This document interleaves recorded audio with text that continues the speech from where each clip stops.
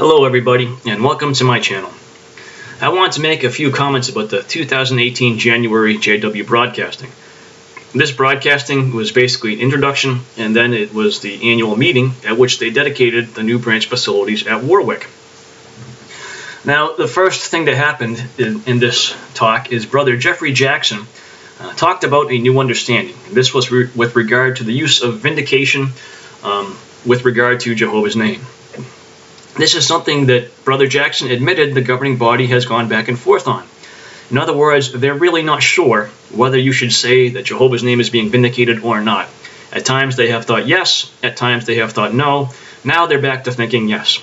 How long will this last? Who knows? The governing body has demonstrated that they're very fickle because apparently they have a very hard time understanding the scriptures. Or more likely, they just like to change things so people continually have to guess as to what they believe.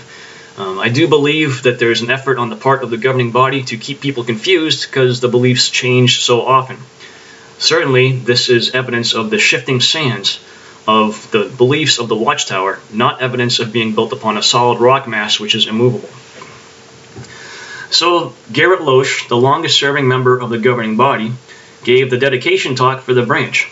And during that talk, he talked about all the accomplishments of the organization, about all the buildings they have, and such and so forth. And basically, this was just one big, huge praise fest for the governing body. They patted themselves on the back so hard, you could be surprised that they didn't break their arm in the process of doing so. But they also took some time to thank the individuals who contributed their free labor for the purpose of enriching the corporation. So if you think about it, they said at one point that there were up to 4,000 workers a day working on these projects. If you were to assign the wages of a construction worker to each one of those individuals, that is a substantial amount of money that the governing body was getting, because none of those workers were paid. So they're getting to the tune of tens of thousands to hundreds of thousands of dollars per day in contributions during these construction projects. Because once those buildings are done, they very much so have a monetary value, and that enriches the corporation. So they gave several examples of people that wanted to contribute, that wanted to spend a week or more, and so on and so forth, but these individuals did not receive any monetary benefit. And once they go back home, they're left to live their own lives, pay their own bills, without the advantage of having earned any money for their work on something that they now don't own. And for an organization that can on a whim kick them out if they have a question about what they're being taught. Certainly, I would not call that a stable position. So let's talk about the actual increase of Jehovah's Witnesses. So the numbers increased, but just barely. It increased more than last year by numbers, but not by percentage. And if you want to talk about the real increase of Jehovah's Witnesses, you have to talk about the increase in average publishers. The reason for this is peak publishers, the way that's defined is as follows.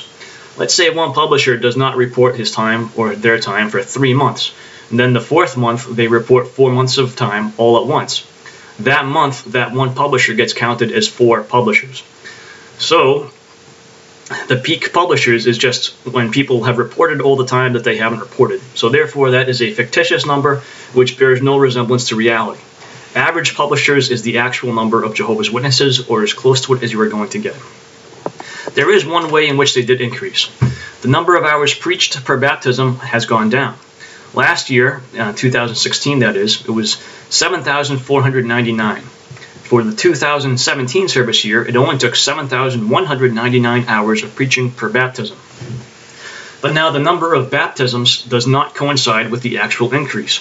There's a difference there of 167,588 people. So therefore, their increase is much smaller. If you look at the hours of preaching per the actual increase, it took 17,543 hours of preaching for one person increase. That's the equivalent of 17.5 pioneers per person in the increase.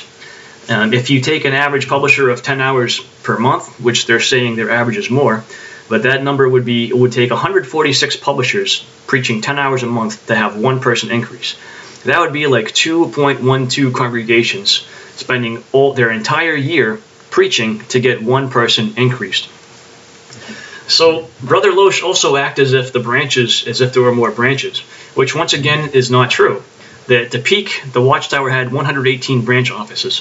Now they're down to 90. Last year they were at 92.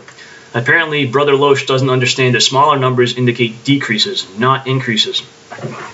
Somebody may want to help him with his basic math.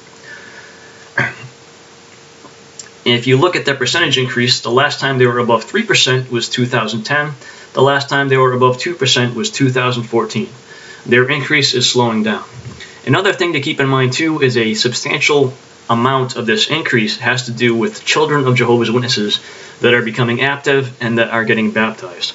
There's no way to know the number of baptisms that involved Jehovah's Witness children that have been brought up that way, but my guess is that if you were to factor out the children, you would get a substantially lower increase.